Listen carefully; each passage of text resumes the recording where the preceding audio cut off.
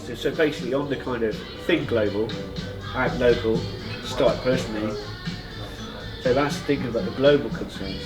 But yeah, you can't take the weight of the world on your shoulders yourself. So you have to start so personally, where you are. You get involved with a local group, such as yourself, and then you obviously go down and you realise that actually picking a bit of litter up off the beach, although it may seem inconsequential to the greater whole, if people start doing that everywhere, all of a sudden, you're picking up stuff, making sure the cans are empty, the bins. Yeah, well, this is it. And take the stuff away and stop just leaving crap all over the beach.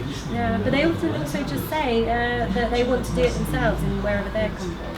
Yeah. Because they come and see what we're doing. The council has given us a big group of grabbers that we can use and hand out to people. They've given us loads of gloves. Sewage has sent us loads of gloves. Right. The council gives us free bags to do it. Okay. So we're not paying money out of our own pockets to do it. What we're So doing other is people can set up organising groups it if there isn't a group where they are. Well, that's it, and we've tried to encourage people. Like I met a lady at Save Our Dean's event the other day, and she can't make weekend cleans. Our cleans are the first Sunday of every month, so she's like, well, I really want to do this, so what about I do a weekday one? I'm like, great, we'll help you to set up your own weekday beach clean. Yeah, because the rubbish We'll comes promote in on it every through, tide. the page, and you can do that. And she got really excited about it. And so then we can just help facilitate people's own desire to So help know that clean other up. people are out there doing the same, but you do a staggered approach, which makes it more comprehensive. Exactly, and every little bit helps because, even if it's a family that comes and joins us for one of the beach cleans, one, we can teach them a little bit about the marine life that's there because the kids obviously pick stuff up, what's this, what's that. Yeah. We can talk about whelks and mussels and, cutting fish bones and all the usual things that you see here. But that garners an interest in them that may last through their whole life, an interest in marine environment. Yeah. And I loved it as a the kid. creatures I there. loved it as a kid. Going rock crawling, go down the beach. The family has a base camp wherever the towels get put down. And then just go run off, rock crawling over the rocks, seeing what you can get, seeing what you can see, looking under the rocks, all that kind of thing. And we're so lucky with the chalk reef there because that is just perfect rock crawling. I never knew it was a reef until I talked to Rich Howard. On the first day. I realised it was a lower shore. He goes, no, it's a chalky reef. I was like, of course it is. Of course it is. Yeah, and full of amazing, fish and crabs and everything, for the kids to play with and get their net in there. And, so what we try to do is make it a really family-focused thing. It's only an hour, so people don't get too tired. Because it's, back-breaking, even with a grabber, it's quite tiring. It's very addictive, actually, because you start to see, first you look down and you're like, oh no, there's not really, oh hang on a minute, and then you start to see the colours that are not natural. And you start to be able to see very, very quickly the orange filament thread from some fishing, you see the blue bottle, you see the green, stick, and it's, you become really quite involved in it. So we do that for an hour and then allow people to come and talk to us about what they found because quite often you get some really interesting what's that? Unusual, and the kids are also very, very surprised when they see just how much sweetened wrappers are there as well. Oh, that's another lolly stick, isn't it? Oh yeah. And they're like, yes, yes. It's another I've never done that. Yes, you have. I think that's what it does actually. I think they do just make that connection, and it's those little connections that last a lifetime. Yeah, I'll freely admit it. Growing up, when he's driving around in mates' cars, if you just had a bit of litter and they didn't want it in the footwell, we used to post it. Which means winding down the window and posting it. Yeah? People still do it. Confessions. No, but I was young at the time. I didn't know any better. I thought, in fact, I probably thought it was a clever thing to do because then I didn't have to deal with it because it's going away. Anyway, because you threw it away. But what I've learned, since is that because we live in a confined space on this planet, the biosphere. When you throw something away, there is no away. Very true. There is no away. You're just putting it farther away from yourself. But it doesn't mean You're putting it's it somewhere else. Yeah. Not Not in my immediate vicinity, so that's okay.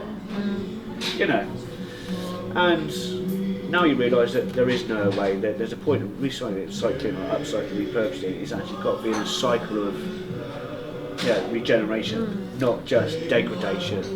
And when you're hearing facts about 50% of wildlife population gone in one lifetime after millions of years, millions and millions of years, one lifetime, half of them gone. If that doesn't ring alarm bells with people, they haven't got a chance.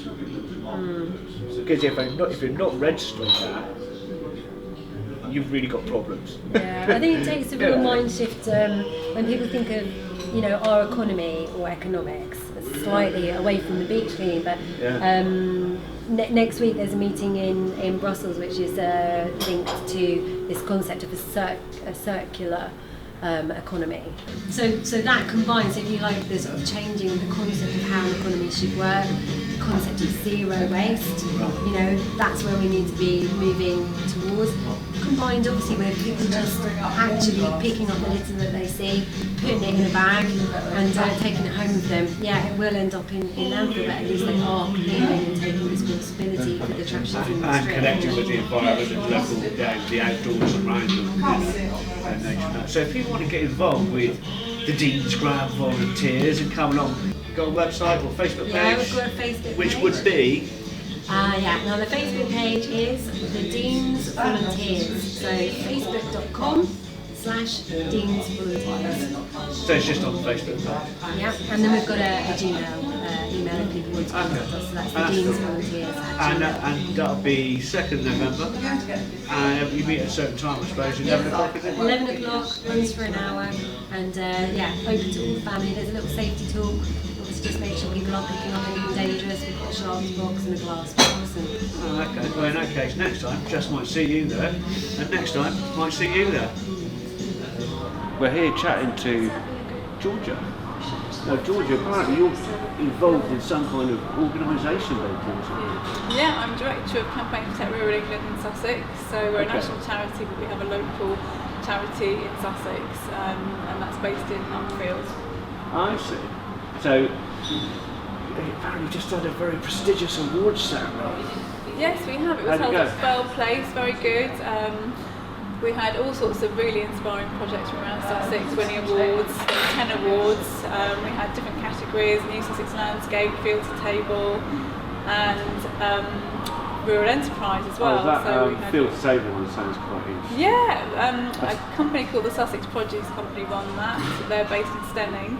Okay. And they have a cafe where they also sell local produce, and they only deal with local suppliers and local producers. So it's a really good way of linking to what Sussex gives us, really.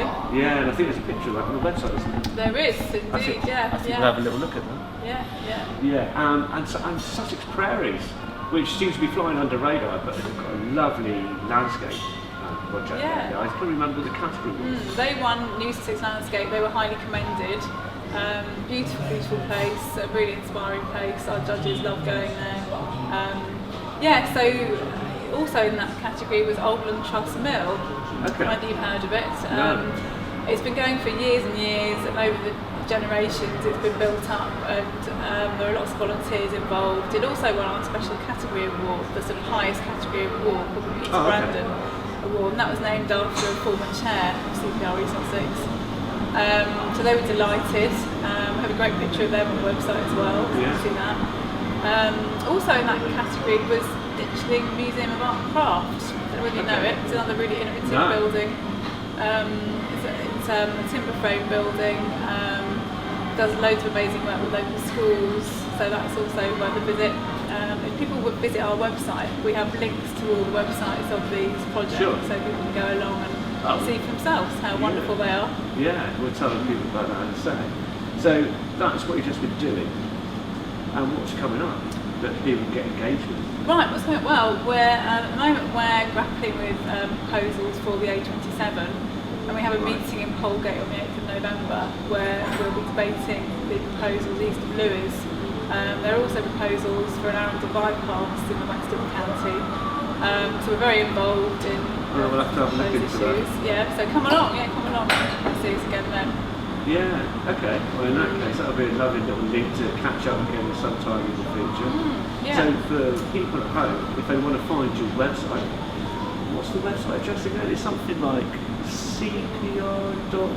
It's cpresussex.org.uk. So if you just put in search CPRE Sussex, you'll find it. So it's www.cpresussex.org.uk. There you go.